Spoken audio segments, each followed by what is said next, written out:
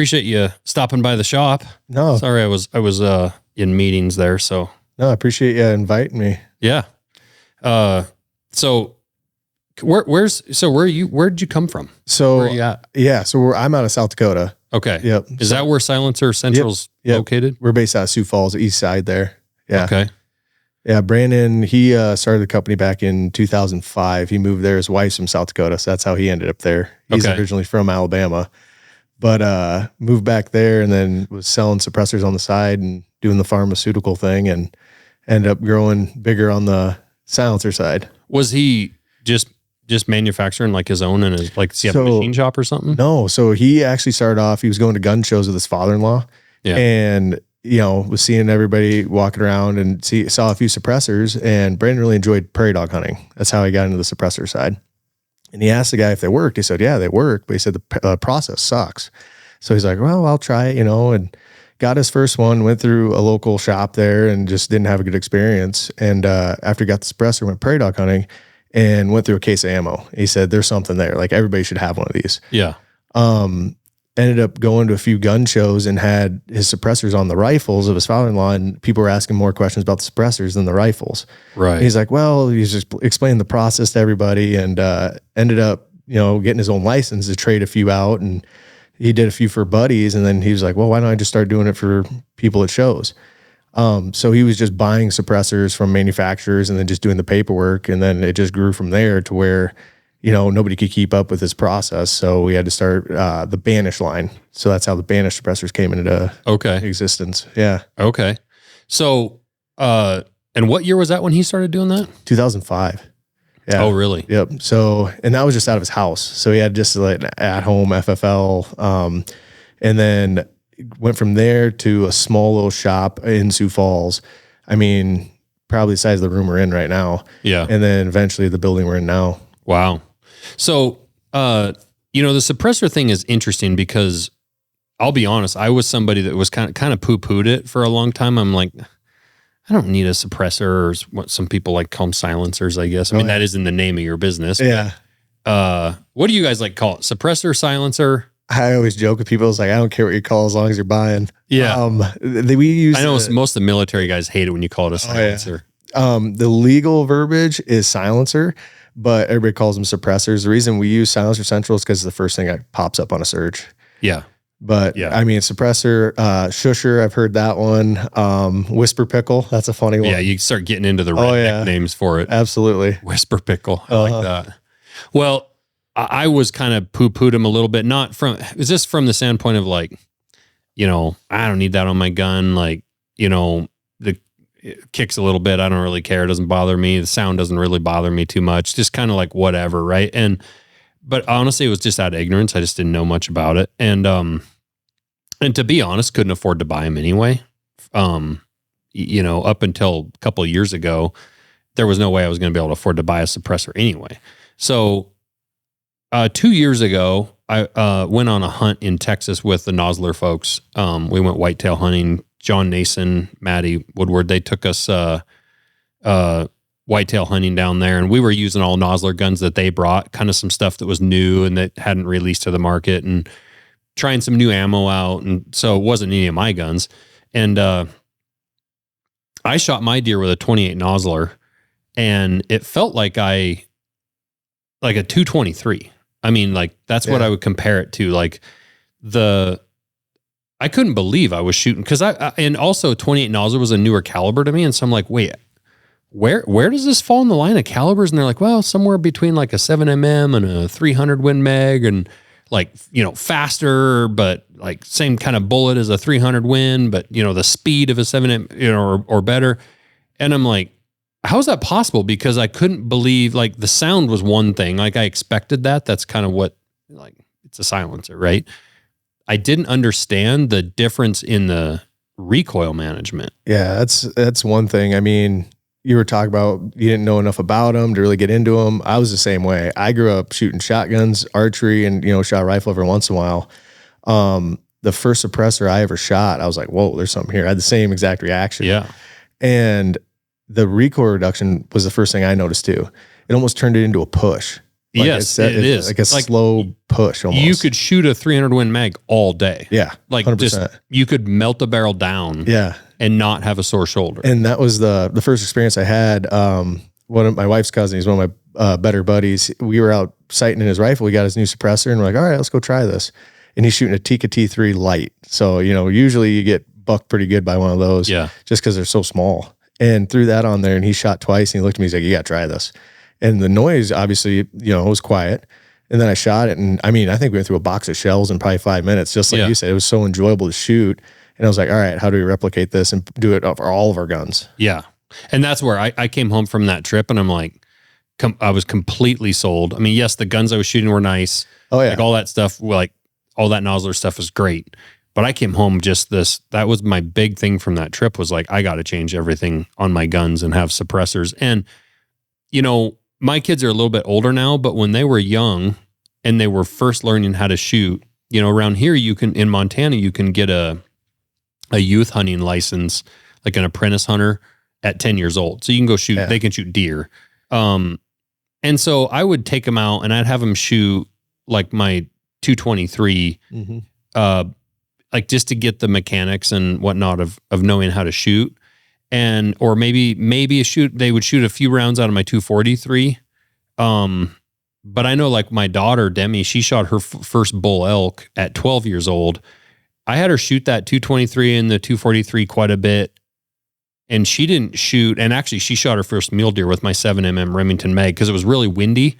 And I was worried about our 243 in that wind and the effect on that bullet. It was kind of a long shot. Yeah. And I was like, man, I need a heavier bullet going fast.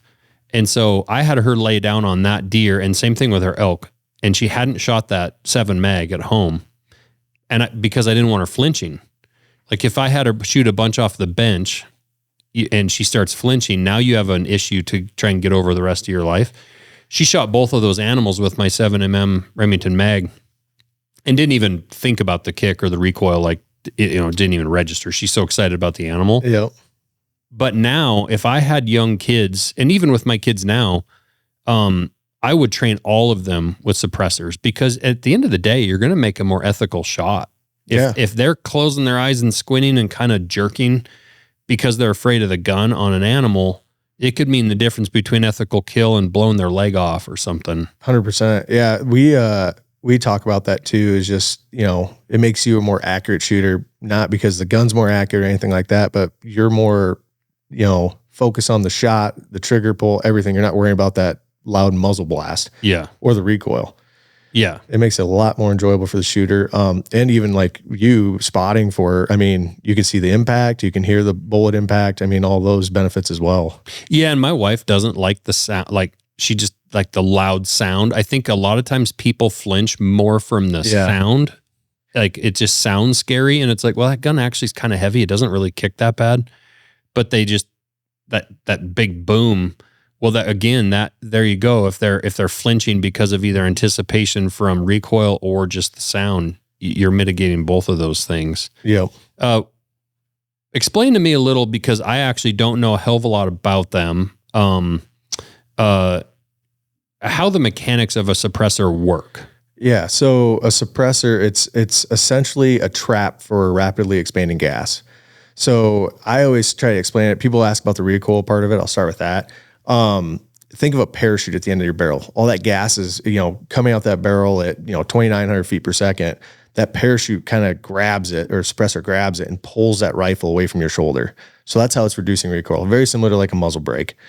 As far as the noise, it's just capturing that gas as best it can and letting it dwell in there before it's, exploding out the barrel. Okay. It depends on the size too. People ask, why are some suppressors loud, some quiet, some, put gas back in the shooter's face. Yep. They all kind of have their own specific, use. The more volume have for a suppressor, so either longer, bigger, wider, it's going to be quieter. That's usually how that works. When you start getting really short and lightweight, and then it gets a little louder. Same thing with like controlled flow or flow through, things like that. You got to let some of that gas escape so you're not getting it back into the shooter's face. So with the smaller suppressors, why are they going with a smaller one? Just because they don't want the length on their gun? Length, weight. If you take a 26-inch rifle and throw a 7-inch suppressor on there, you're carrying it, especially out here. I've been in these woods. You're hitting every tree you walk under. Exactly. Yep. Yeah, no, I've noticed that. What, with the ones that blow kind of gas back in your face, what's that about? Usually people notice it like on AR platforms. So that gas is getting trapped and almost pushed back. It's called blowback, but it'll blow it back into that bolt and then escape out the back of the bolt. That's where those like controlled flow, like we have that Banish Speed K or like a Huxworks, things like that. Those are really handy because it lets that gas escape quickly out the barrel and out the suppressor, so you're not eating it back in the action. Sure. So with Banish, so you guys started that. Brandon started that company, you're saying? So yeah, so he started that back. Oh man, that was in, I want to say 2010, somewhere in there. And that's physically manufacturing. That's just manufacturing. Yeah. That's all. And they're actually separate. So Banish is the manufacturing of suppressors, and then Sounds Essential is the process. Those are kind of how those are split. But how it started was because the process was going so well on the Sounds Essential side, we had to, supply and demand. Get product. Had to get product. Yep. Yeah, sure. And are those made in South Dakota as well? Originally were made in South Dakota. Now the volume's so much, we have 5 different manufacturers. It kind of, whatever their specialty is. So some of them are really good at laser welding. Some of them are good at 3D or additive manufacturing, machining. So they're kind of all over the country. Kentucky, Wisconsin, Minnesota, all over, Indiana. So talk about with suppressors. I was actually at Brian Morgan shooting at Hat Creek, and one of their snipers that was their training special forces guy couldn't hit shit, and he was struggling. And he's a freaking sniper in the special force. Like something's wrong here, right? Got to looking, and his can was fouled up, and I think he was getting a little bit of a strike in that can on his bullet. Yeah. What kind of maintenance should people do on their suppressors? Maybe how many rounds? Yeah. Talk a little about that. No, that's a good question. So we always tell people weigh your suppressor when you get it. If you have like a little scale or anything like that, weigh it. Once it gains probably like 2 to 3 ounces of carbon buildup, that's when you should start thinking about cleaning it or looking to clean it. The higher pressure cartridge you're shooting, the less you'll have to clean it, just because most of that carbon is going to make it out of the suppressor. Rimfire cans, those get really dirty really quick. Some 223 cans, if you're just shooting cheap ball ammo, those will get really dirty. But that's kind of what we recommend, is weighing it. That's the only. And how are you cleaning those? So if you have like a serviceable suppressor, a lot of those will come apart, and then you can just soak the baffles or run them. Some guys, I've seen them run them through like part washer. Yeah, like a solvent. Solvent. Yep. If they're titanium, you can run that anything. We use CLR a lot, like calcium lime rust. To just soak them. You soak them, brush them. Titanium's a really tough metal, so you're not gonna have to worry about it. If it's aluminum, be careful because those baffles will dissolve. Okay. So like some of those lightweight aluminum suppressors, you have to be careful with those. Yeah, most of the time, if it's titanium, as long as you're not like soaking the coatings, because coatings sometimes will dissolve as well, but right, you can do about anything with them. Sure. I'm curious. I had a buddy that tried to run his through a bead blaster, and he said it worked really well. So really, yeah. But probably damn. Blast it out the inside?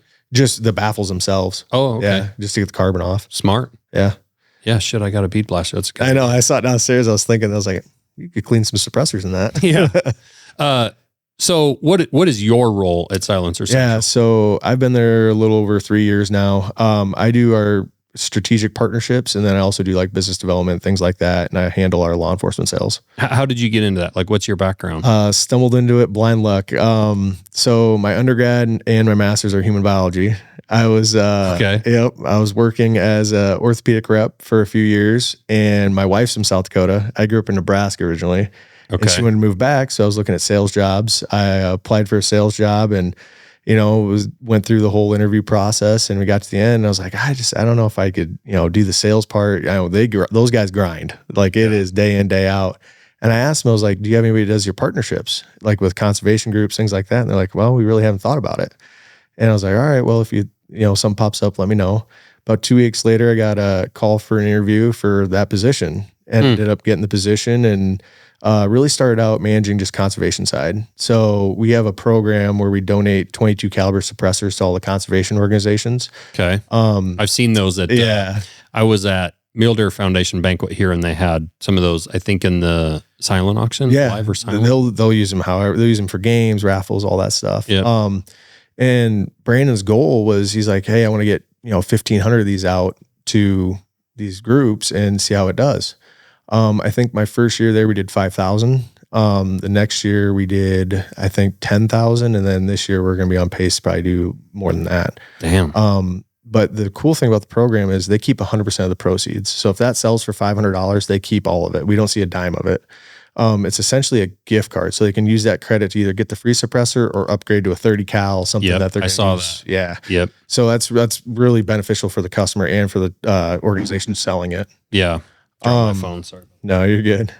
But so with that, the nice thing is if the customer decides to use that for a gift card, does that nonprofit get to just reuse that suppressor again? And that 22? So we usually just give them as many as they need, to be honest with it. Yeah. That's awesome. So they keep all the proceeds from it, even if they upgrade or anything like that. Once it's sold at the event, they keep 100%. The first year, I think we did $220,000 raised for conservation. We're up to 14 million now. Holy moly. Yeah. And just a little over, good for you guys. 4 years or so. Yeah. That's incredible. I was just looking at the numbers. There was a couple bigger organizations last year that raised 1.5 million by themselves. Wow. Yeah. 100% like rent free. Like it's their money. Like we don't see a dime of it. Yeah. That's really good of you guys. Well, I mean, honestly, I guess that's why you're in town. I mean, we're having a little get together, kind of welcome dinner tonight, with RMEF and whatnot, but this is really an RMEF event, but it's kind of a partnerships deal where a bunch of the different partners of Rocky Mountain Elk Foundation are coming to town. This is more for the listener, just understanding what, like even why you're in town and why we're a part of it and whatnot, but just people who support conservation, particularly this week, RMEF, Rocky Mountain Elk Foundation. So tomorrow at RMEF, we're all going to be there along with several other brands, just kind of hearing what RMEF's working on and whatnot. But that's really cool. The one thing we were talking about, I want to go back to like the process of getting a suppressor. Yeah. And you were actually commenting on like the number of customer service people we have compared to you guys. Yours is such a customer service heavy business. And that's really why you guys have done so well is helping people through that process. And I'm actually in the middle of it. So I just got an email from you guys today because I have my appointment certification on Thursday morning. Yep. Where somebody from your office, I guess, is going to call and explain that. Like, well, actually, let's start back at the beginning of this for people. So I wanted a suppressor, right? I call you and I'm like, I want to buy a suppressor for my 7 mag. Yeah. So how does that process work? So there's a few different ways you can get a suppressor through us. The first way is like how you did it, by calling in, talking to a suppressor expert. They figure out what make, model, what thread pitch, what calibers, because a lot of people don't know this too. Suppressors can be multiple calibers. It's not just that has to be designated to one gun. So they walk you through all of that, figure out what exact suppressor you want. And then they start the process for you. So they'll get your fingerprint kit ordered, and then start your trust paperwork, everything. But it all starts with just going and filling out your basic information, like your email address, your shipping address, name, phone number, all of that. And then we generate everything for you and then get it to you and you sign it through DocuSign. Yeah. And I'll say that actually, that sounds like a lot right there. Yeah. But it was actually really, really simple and really fast. Like I went through, gave my information to you guys. And then an envelope showed up with like the fingerprint cards, all that stuff. I did my fingerprints on my desk right in here. I mailed that back in, and it was only a couple days. I had an email back from you guys saying like that worked. Actually, no, I had to take a photo. Yep. Like a passport style photo. And that's just with a smartphone. Yeah. And I just did that right here in my office in front of a white wall. sent it in, and I had an email right back saying that was good. So you guys will let the customer know, like, hey, your photo can't have a bunch of trees in the background. Yeah. But if you follow the directions, which are very clear on there, super simple. I sent in that photo, filled out that questionnaire. Basically the same questionnaire. If anyone's ever gone and bought a gun, it's the same questionnaire. Like, are you a convict? Yeah. You know, were you not born in this country at all? 100%. Yeah. You know, and then you guys send that fingerprint kit. I did that. Super simple. Now, would I have to do that fingerprint kit every single time? Like if I buy more suppressors in 6 months? No. So we keep that on file. So we just need it for the initial purchase. That way we can upload it for your digital copy. And then from there on, anytime you want to order suppressors, just like Amazon, that's what we tell people. You know, you call in, you just pay with your card, and then go through your DocuSign documents, schedule your call, and then after that, just wait for it to show up at your house. Okay, so now we're into the call, which I'm about to do. Yeah. Today's Tuesday, so Thursday. What happens on the call? Yeah, so you'll have your 10-minute time slot for each suppressor. Customer service agent will reach out to you. They'll do like a screen share with you. You're going to verify all your information is correct on your application, and then they will give control over to you. And then you enter in that username and password that you created through the atf.gov site and hit submit. And then from there, you're just waiting. Okay. So there again, when I scheduled that call, and it's like, okay, hey, got your paperwork, good to go, schedule the call. I clicked on that, and it was really cool because a bunch of time slots and days and all that stuff came up. So I was able to just look at my calendar and figure out when I'm doing 3 suppressors. So I needed to have like 45 minutes or something. Find a time slot that worked in my schedule. I selected that, and bam, I had my appointment. So again, that was super easy for me to do. I tell people all the time, because we'll have, you know, anyone from, you know, 21 up to 80s, you know, wanting to buy a suppressor. I said, if you can work an email, like you can buy a suppressor. That's all it takes. Right. It's kind of interesting to see, because paper used to be, that was a whole ordeal. You know, you'd have to go to a local gun shop, fill it out on the paper side, and they couldn't really help you. So you had to be, well, am I filling it out right? Am I not? And then back in, you know, even 3 years ago, it was a 12 to 18 month process. Right. So if you messed one thing up on the application, it took you that long to figure out that if you messed it up. Where now we're getting approvals in little as 10 days. I mean, that's kind of our average. Yeah. And I was going to get to that. I mean, that was a couple of years ago. That was the thing. It was just like, I'm not even going to screw with it because I mean, it was going to be forever, but now it's much, much quicker. Yeah. And it takes me a little longer with Josh Smith as a name. Yeah. I'll say ATF has a pretty big Rolodex. Yeah. One thing that also I should talk about too is our company, we have a 99.9% first time approval rates. Not, you know, if you have, you know, a sketchy background, obviously you're not getting approved, but as far as on the paperwork side, we're probably the most accurate dealer in the country. Sure. No, that's awesome. That whole process makes it really easy. I do want to go back to the multiple calibers per suppressor. I mean, that's what Brian Morgan had told me, is like, dude, just get a 30 caliber, because if you get one, that'll work on your 300 Win, it'll work on your 28 Nosler. But if you want to screw that onto your 6.5 Creedmoor, you want to screw that onto a freaking 243, it'll be good to go. It doesn't matter. Like at those smaller calibers, it might let a little extra noise or a little extra gas out, and maybe not quite work as effectively, but like you're going to hardly notice. Yeah. The only time I tell people to be careful on that is if it's a sealed suppressor, like we talked about being serviceable or not. If you're going to run it on like rimfire, I would 100% recommend something serviceable, just because rimfire gets so dirty so quick. Sure. Yeah. Yeah. No, that one that they had that was fouled up, Brian sprayed a bunch of brake clean in it, and then just had a little round brush that he just ran through a bunch and just banged it on the bench and kept working on it. And it was amazing how much stuff he got out of that. I was going to say, if he was having baffle strikes from it being dirty, that's pretty impressive for how much carbon had to be in there. Yeah. Well, it's pretty impressive how many rounds he put through. Yeah. I was going to say like a ton. Yeah. So the other thing that I was going to chat with you about is, and this is something I think people don't know much about, but I think it's actually really important, is like a trust.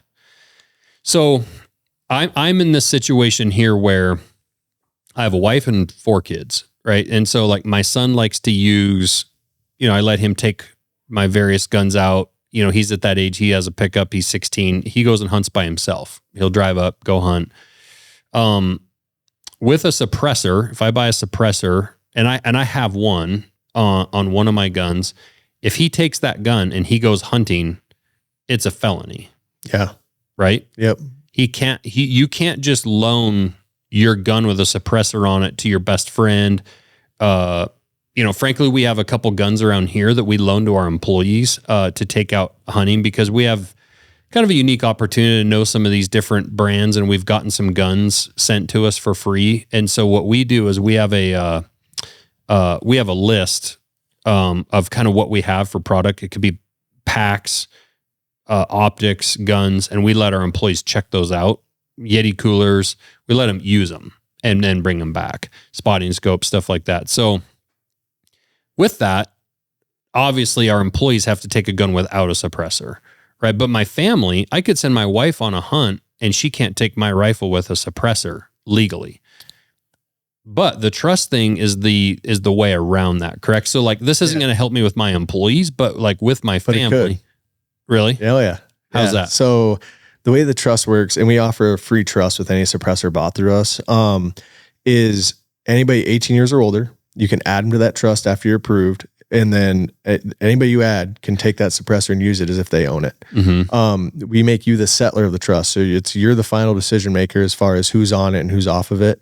And to add them, all you do is send us a list of their full legal names. And then if you want to remove people, same thing. And then we send you a copy of the trust and they are able to take it. So like you said, your son was 16. Yep. So he would have to have somebody who's 18 years or older that's on that trust to be with him. And as long as they're within eyesight of each other, he can possess that firearm. Okay. Yeah. So good to know, because I would have broke the law. My other older two daughters are 18, so they'd be and older, so they'd be fine. Yep. There again, my wife, if she wants to go on an elk hunt, she can take any one of my various guns with a suppressor if she's on that. Yeah. trust. So like prime example, like my nephews, they're younger, they're 10. When they go hunting, they want to shoot suppressed. Well, I'll just add, say they're going with a guide or something like that. I'll just add the guide to it. And as long as that guide's with them, they can use that suppressor. Oh, really? Yeah. Oh yeah. And it's that easy to add people? I always make the joke, if your favorite son-in-law is no longer your favorite son-in-law, you can take them off the next day. Yeah.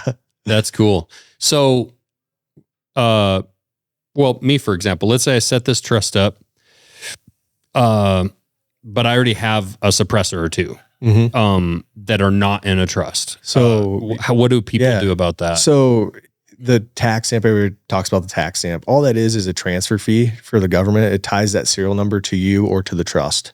So if you want to take the suppressors I registered to Josh Smith and put them in the Smith Trust, it's a $200 transfer fee. And then we usually do about $100 processing fee, and we can move those into your trust. Okay. Through us. Just kind of move them all at once. Yeah, you can do it all at once, or it's a tax stamp per suppressor. Do you see people put their guns in their trust as well? So we don't really handle the firearm side just because that gets into some really gray areas. But there's guys that'll have like personal gun trusts that'll do that. Okay. But yeah, I mean, and this is just a suppressor trust, basically. NFA items is what we tell people. Yeah. So like if you wanted to take your SBR and put it in there, you could. We won't facilitate that transfer, but you can use that same trust. Okay. Yep. It's that part of it, I think, is really important for people to know. And even if they have to rewind this podcast and kind of listen to this, but the point of this is you guys are that easy one-stop shop. Like, I do. And I do encourage people to go and support their local gun shops where they can and whatnot. But unfortunately, a lot of times you go to these places and they're like, well, go get all your shit done and then come back. Exactly. And it's like, well, it's kind of daunting. Like, you can go download all this paperwork and you're trying to figure out what you're supposed to do. And then you're getting it off the internet and like, is this credible? Like, am I going to be hunting somewhere and get stopped, and the next thing I know, I'm a felon because I filled out some bullshit paperwork on the internet that I thought was like, I thought I did everything right, or I missed a document. Yeah. Just to even put more credibility for Silencer Central on the process side, we transfer over 100,000 suppressors a year. Really? And like I said, we have that 99.9% accuracy. Yeah. We're the largest dealer, especially direct to consumer dealer in the country, but one thing you're talking about local gun shops. There's some gun shops that do very, very good work. And that's why we split the Banish brand off. So they can offer that product as well. You know, sure. It's became such a big brand that it's a standalone item. We're just a manufacturer on that point. Right. They can deal in them. Yeah. You can get it anywhere in the country as long as your dealer, you know, purchases it through their wholesaler. Sure. Yeah. No, that makes complete sense. It is just insane that it's this big of a deal. Like the suppressor, the silencer, whatever you want to call it, is just a freaking steel tube with holes in it. Like, well, I'll say the original name was gun muffler. Really? Yeah. Yeah. There you go. From Maxim. Yeah. It's insane. And in fact, to correct me if I'm wrong on this, I from my understanding in Europe, like when you go out hunting, you have to have a suppressor on your gun. It's the law. Some countries, yeah, it's almost considered rude if you don't have one. Yeah, because it's so damn loud. Mm-hmm. And that's the other thing about the noise. I think people tend to think, and I think a lot of these laws came from like some James Bond movie where they're like executing a guy on a yacht or in a hotel room and no one can hear it next door. Like, you know, the first time I had seen somebody shoot with a suppressor, my initial reaction actually wasn't like, oh, that's super quiet. I was like, that's louder than I thought it would be. Yeah. Like these suppressors, they work really well. But I think most people, if they have preconceived notions, will actually be a little bit disappointed in the noise because they're like, oh, I thought this was supposed to be like, pew. Yeah. It's the only thing that's going to be like a movie quiet is like a 22 with subs, with subsonic ammo. Right. But yeah, you're still breaking the sound barrier with your bullet. Yeah. The bullet's going to break that sound barrier downrange. I think it's like 1,100 feet per second right in there where that sound barrier breaks. Yeah. But I always tell people, it's almost like a nail gun. If you've heard somebody roughing down the block and you hear that little crack at the end, it's kind of similar. It's quiet at your ear, but you still hear that pop downrange. That's a really great analogy. And it's also just so much more enjoyable. So like the first day I shot at Hat Creek, he had this special forces team in, they're all shooting suppressed. Mm-hmm. And I like laid down with my SIG Cross and it wasn't suppressed. And I shot one shot and like those dudes look over me like, who is the douchebag? What is wrong with this guy? Yeah. And I told Brian, I'm like, cause he was like, no, shoot. Like, don't worry about them. Like do this and do this. And he's trying to instruct me. And I'm like, I don't want to shoot anymore, dude. Like, your safety's at risk. I'm literally that guy right now. And I don't want to be that guy, especially in front of these guys. Yeah. And so, actually at lunchtime, we went down to the house and he's like, dude, I'll just screw a suppressor off on mine, throw it on yours. We'll just re-zero you. And then you can use that for the 3 days you're here and then we'll take it off. And, then I was like, I went up and I was like, okay, now I feel like I can actually shoot with these guys. Cause you know, hardly any of them are wearing any ear pro. Yep. They're all just hanging out. There's 17 guns lined up and they're all shooting out to 1,500 meters.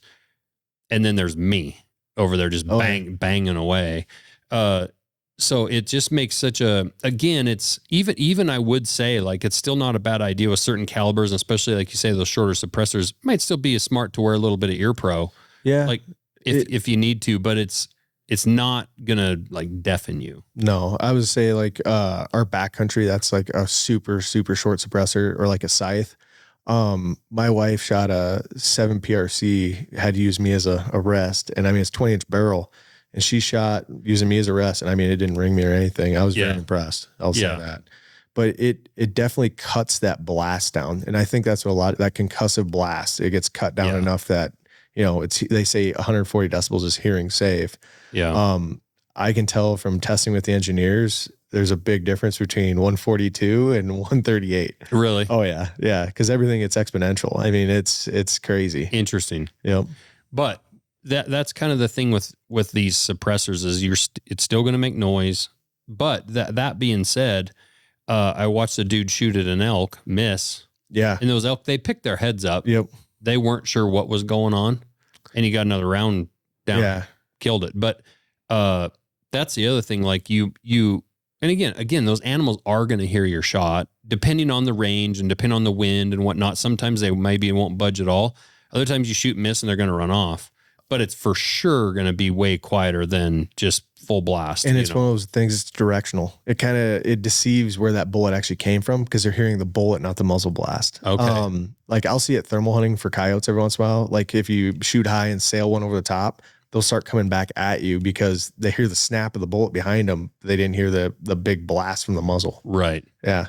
No, it makes a ton of sense. The other thing people might want to consider with a suppressor is a suppressor cover. Yeah. Shooting a lot. Depending on also like if you're shooting an AR and or if you're shooting like competition stuff where you throw a few rounds down range and then you jump up, you're grabbing all your gear and you're maybe moving to a different position and you're just grabbing your gun wherever. Yeah. In a rush. I mean, those suppressors they get hot as hell. We'll notice it like on range days. If you're shooting quite a bit, you'll get that mirage is the biggest thing I noticed. Not so much like, grabbing it or stuff like that.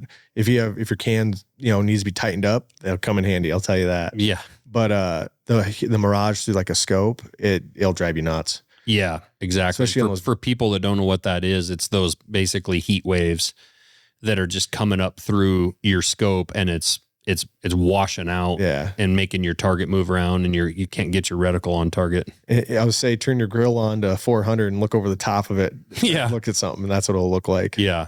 Yep. Yeah. I'm sold. I mean, the only thing that I wish, like a lot of my older rifles don't have any threading on the end of the barrel. Yeah. So we actually have a program. It's called our 360 shipping program, or 360, threading program. So we will, for $40, we mail you 2 gun cases and a box to return your guns in. You either put 4 barrels and receivers or just 2 full rifles in there. It gets shipped back to us. We'll thread them in, a week or 2 and then ship them right back to your door. What do you charge for that? It's $125 a barrel and then $40 for the shipping. That's unbelievable. Yeah. I did not know you guys did that. Yep. Yeah. We did last year. I think we did around 7,000 barrels. Really? Yeah. And then we guarantee all of our threading. That's impressive. Mm-hmm. And then, of course, we give you a little thread protector on the end there. So that comes with it. And then you have to keep the gun cases at the end too. Wow. So how do you just go on your website and what are you looking for? You can either look up just threading service or I call it 360 shipping is what the program is. But yeah, it's just threading service for barrels. Can people opt out of the gun case if they have their own? We recommend ours because it's going to end up with you anyway. But I mean, I've had people send their own. Okay. But yeah. Interesting. But yeah, it's, and I mean, we get any gun you can think of. Some people, they get worried about we insure everything, but worry about their guns going back and forth. We've threaded everything from, a $200 rifle up to the Blazers. Really? Oh yeah. Yeah. Wow. And Blazer has a super hardened steel barrel. There's a funny story there I'll tell you later, but our gunsmiths do an incredible job. Wow. That is a lot of pressure. Cause I mean, your grandfather's gun that was passed down to him. Yeah. Or, I mean, there's a lot of irreplaceable guns out there. Yeah. Yeah. Yeah. Everybody thinks their own gun's irreplaceable too. 100%. Yes. Yeah. Cause it's yours. I mean, it's honestly, I have a couple guns that are just nothing special, but like my dad actually just this weekend sent me home with my grandfather's 30-06 and it's like they're special to you. Yeah. Yeah. Exactly. I've got a couple Weatherbys my dad and grandpa had, and I'm like, oh, man, I'm debating on threading them. I mean, it's just one of those deals. They're sentimental. Right. But here's the issue. I mean, I have that old 30-06. I have my old 7M Remington Mag. If I have guns that are suppressed in my gun safe, and then I'm not going to shoot those. That's the thing. Yeah, exactly. Like I'm not, to be honest. Yeah. And even like that old 30-06, it has the worst, shittiest, rock hard butt pad on it. Like, petrified almost. Oh, that 30-06 of my grandfather's, that's what I shot my first elk with. It will hammer you. Yeah. Like, I don't know what, like there is no technology in that thing. It is just straight to the bone in your shoulder. So having a suppressor on that would make it like, you know what, I'm going to go hunting with my grandpa's old gun this weekend. Like I have all these new guns or whatever. Yep. But without it, I'm not going to go shoot that thing. No. Another thing we'll do, like some people send in like iron sight rifles and like we'll have to either move the sight or remove the sight, things like that. A customer sent in a 458 lot, uses a bear gun, and wanted to put a suppressor on it. Well, we actually had to move the site back. And like I said, I can't speak highly enough of our gunsmithing team. Well, I'm going to do that because I have a Dakota 300 Win Mag that's got the iron sights on it. So if you're on a hunt somewhere and you fall and bust your scope or whatever, you could just take it off and you could just hunt iron sights. But it has an iron sight right at the end. Yep. It's a nice gun, but that sight would have to get moved. Yeah. Yeah. And you were talking about like the push, like, for recoil, those big bore calibers, like a 375, when you put a suppressor on it, it is night and day difference. I bet that it's not a real fast moving bolt to start with, but it is a slow push. Yeah. Interesting. God dang. No, it's funny. And I was actually hopeful with this new administration that we would quickly see some bills come through that would make this easier. To be honest, probably would kill your guys' business. So I'm sure you're rooting against it. And not necessarily. I mean, people are going to want suppressors no matter what. But one thing we noticed with the tax stamp, that's what everybody keeps talking about, is the wait times is what people are worried about. They wanted it quicker. Everybody was promised 90 days, 120 days, and now they're actually hitting those marks. So there's less pressure on removing that tax stamp. One thing, we have a bill in legislation right now. They'll take that $200 and instead of going to like the Treasury, it'll go back to the PR dollars within the state it was bought in. So like Montana, it would go back to the Pittman Robertson dollars here. Okay. And then it's up to the state where those are spent. So it's not going to just get burned in a burn barrel in Ukraine. Oh yeah, that's what I was going to say. Yeah, it doesn't get shipped to Ukraine or wherever else for books and Yeah, exactly. But yeah, so we're trying to get that $200 back to the states. Last year had been the biggest dump of money into PR dollars since inception. It was like a 33% increase. Wow. And that could be used for range refurbishment. It could be used for, public land things. I mean, it's right. Yeah, anything you can think of. That's really cool. No, that's awesome. Back to the throwing a suppressor on a rifle. The other thing that I'm just saying this stuff because I think there's a lot of people that probably listen to this that don't know much about them. Mm-hmm. One thing that you have to do that's really interesting is, especially if you watch a barrel like in super slow motion when a gunshot, if you're going to switch suppressors out or run one with, and then maybe like I'm going to hunt in Montana and I can use a suppressor, but I'm going to drive across state lines and now all of a sudden I'm in California, I can't, or something like that. And I'm going to take that suppressor off for this next hunting trip. I'm going to go up to Canada. I just did that. Like I went on that moose hunt in Canada with my son. So, if I got to cross 2 hours north, I got to take my suppressor off. You definitely have to re-zero. Yes. It's amazing because when you shoot a bullet down the barrel of a gun, that barrel is flexing. Mm-hmm. It's giving. It's kind of, it's moving, and that weight of that suppressor at the end of that barrel changes the physics of that barrel. So we call it barrel whip. Okay. So, if you have a full bore, bull barrel, it's going to be a lot different reaction compared to a skinny tapered or even like a carbon barrel. Sure. And you nailed it. It's going to be the weight of that suppressor. So that's another reason why people were going to those shorter, lighter ones. Mm-hmm. Like me personally on my 7PRC, I run that backcountry with a muzzle brake. That way, if I do have to go somewhere, I'm within, 2 inches of where, zero is with and without the suppressor. Yep. Yeah, that's, and people they can shoot with and without and write down some data and some dope on that. And, it's always good if you take something off to go shoot and make sure you're on. But, if you have, you do a decent job of making up a little dope chart, you can pull that suppressor off. And there again, that's the thing. Like suppressors, they are expensive. A lot of people have a hard time buying, one for every gun that they might have. Mm-hmm. You can take that 300 suppressor or 30 caliber suppressor and have it on your gun. And then let's say your wife does go on a hunt. She has her own gun, or maybe you're even hunting camp together. It's like, okay, I shot my elk. I'm done. She's going to shoot hers now with her gun. You can literally unthread that suppressor and just put it on her gun. So long as you've, shot those guns with that weight on there and done your dope. And that's one thing, Silencer Central's done really well. We have the easy play plan. I call it ATF layaway. Yeah. Because it used to be you had to wait so long, but you can break it up over 2, 4, 6 months and there's no interest, no credit, anything like that. But that way you can just pay for the tax stamp up front. We get the paperwork started and then you just pay it off monthly. And then once it's paid off, we'll ship it to you. Sure. And it doesn't matter if you're approved in, 10 days or 6 months or whatever your process is, you can just make those payments. Yeah, no, I'm as you can probably tell, I'm a changed man. That I still love the look of an old classic gun without a suppressor on it, to be honest. Oh yeah. But screw that. Yeah, I know.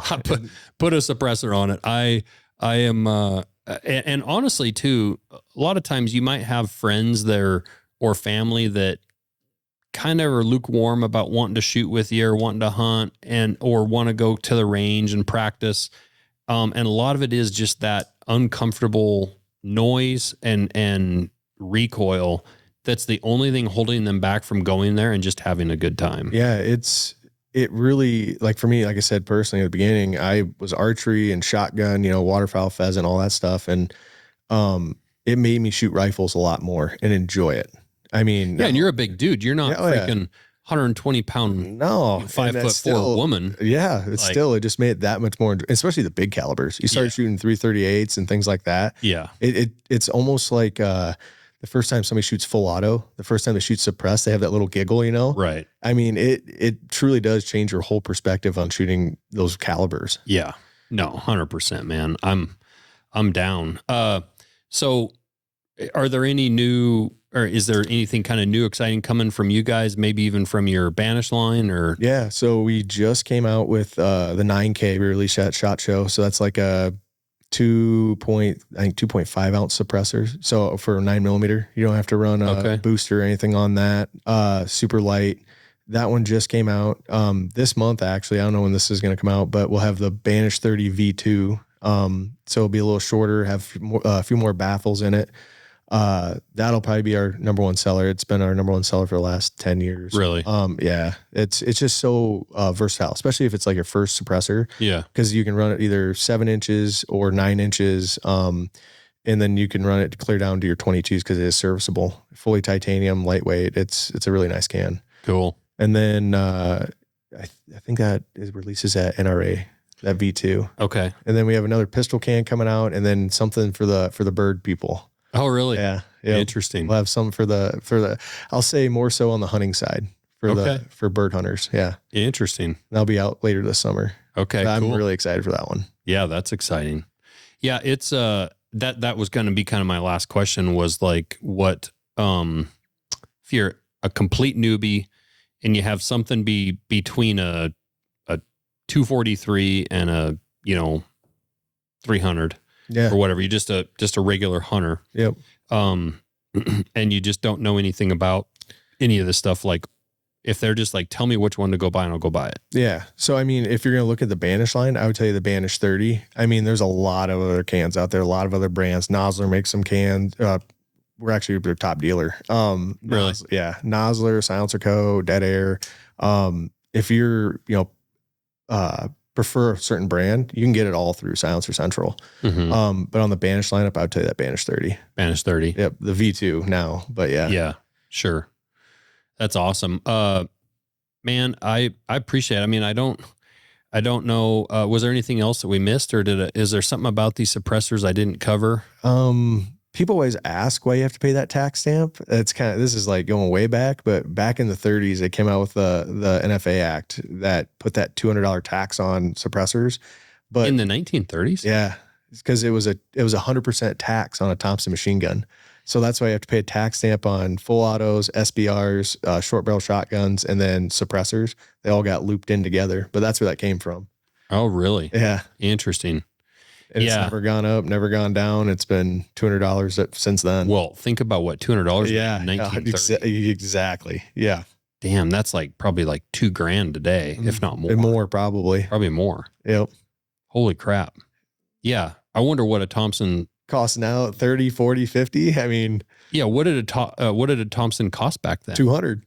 Is that what it was? 100% tax on a Thompson machine gun. Oh, okay. Yeah. Wow. And they thought it was going to keep, obviously the mobsters and stuff. They were the only ones that could afford it. Interesting. Yep. Yeah. Wow. That's amazing. That's interesting.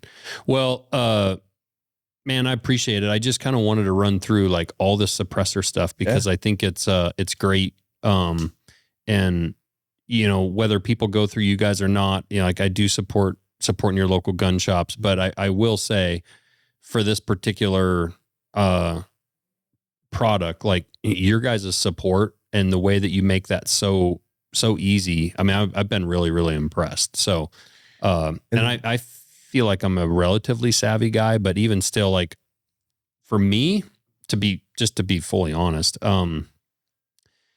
it's more about with like owning this brand now and kind of like some of the eyeballs that are on us. Like we have to be really careful about like game violations, anything that you do wrong that the public could, beat you up about. And like, I even really have to look up the laws about like what states, and maybe you have this on your website. Well, yeah, it's on the website. I would say there's only 8 states you can't have a suppressor. And we're a licensed dealer for the other 42, but California, that's the big one. Shocker. Hawaii. Oh, you'll be able to guess all these, I'm sure. So California, Hawaii, Illinois, New York, New Jersey, Delaware, Massachusetts, and there's another one up there on Rhode Island. But yeah, those are the ones. So if you're in that northeast corner of the country, be careful. Then move. I always tell people, don't move here though. Well, Sheep Show, right? You're right there in Reno. So people come to the booth, they're like, "Oh, can I have one of these?" And they're like, "I live in California." I'm like, "Call U-Haul, then call us." Yeah. Well, so I have a knife collector that bought a little cabin in just right there around Reno. He has a business and lives in California, is around Sacramento. Yep. So he just hops over Donner Pass, but he keeps all his guns, suppressors, everything in Nevada. He keeps all that stuff in Nevada. Yep. And he flies out for his hunts from Reno just to not deal with it. Yeah. But what I was getting at was the peace of mind of going through you guys, just knowing that everything's dialed in.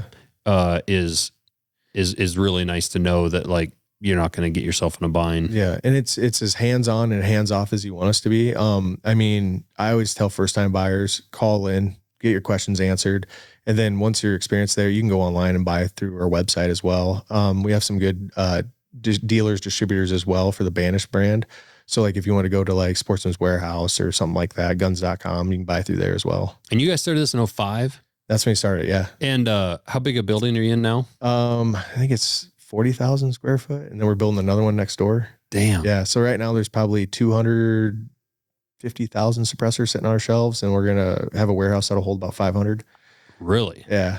Wow, that's impressive. Yeah, I'd love to see that operation. And just to even go back, so like 2005, it was South Dakota silencer. And then he got his license in South Dakota and North Dakota, so it was Dakota silencer. And then after he started spreading out to other states, it became Silencer Central. Okay. Yeah. How many employees you guys have? I think we're up to 250 now. That's awesome. I think I was like in the 30s, and then really, just 3 years. Yeah, I think we're up to 250 now. In 3 years. 3 years. Yeah. Holy moly, it's blown up. So the last few years, we've been ranked top 1,200 in the country for fastest growing companies. Do you guys have? I mean, I can't imagine the amount of compliance and like auditing from that's the other thing, ATF and all that. In our industry, as you know, a lot of people are headbutting with the ATF. One thing we've noticed is if you work with them, it's a lot easier, especially when they can walk in and shut you down tomorrow, right? Yeah. So we work very closely with them and making sure everything is up to date, everything's compliant.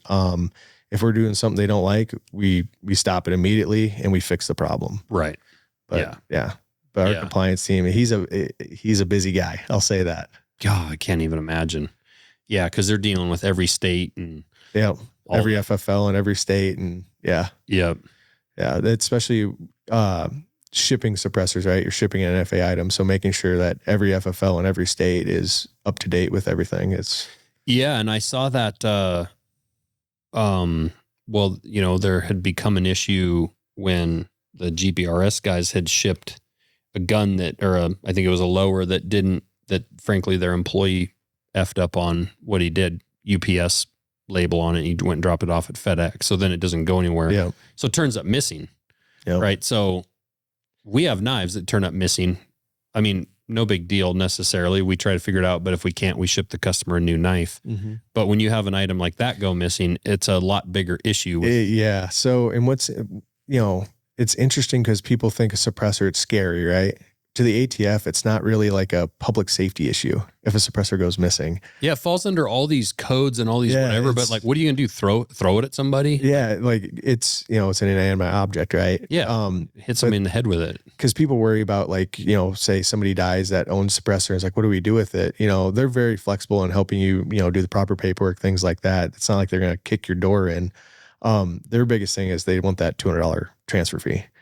Oh, give them their money. Yeah, that's essentially. But if we have something go up missing, which is very, very, very rare, the ATF comes in, we file a report and go through the proper channels. Sure.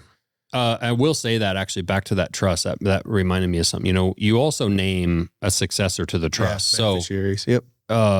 When you die, because you're gonna at some point, like say in my example, if something happened soon, then my wife would end up the beneficiary of that trust. But down the road, I can name like my kids or whatever to that. So when you do pass away, it's much easier for the family, especially if you have a bunch of guns, a bunch of suppressors. Yeah, it's much easier for them to deal with that issue at that point. They're grandfathered into it.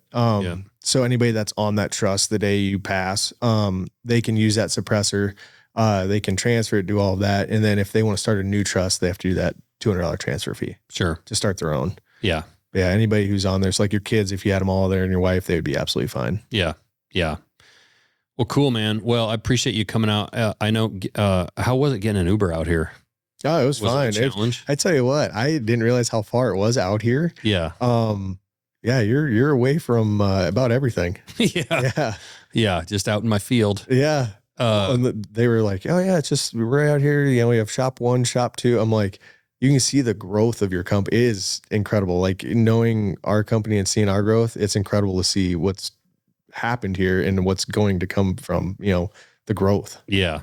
Yeah. It's pretty cool. No, I appreciate it. Yeah. When I found out you didn't have a rental car and I was tied up and wasn't gonna be able to come get you or whatever, it's like, oh man, getting an Uber out here is not really the easiest. It was. But our next building, it's going to be much easier. We're, in closer to the airport, but there you go. Out here's a little further out. But,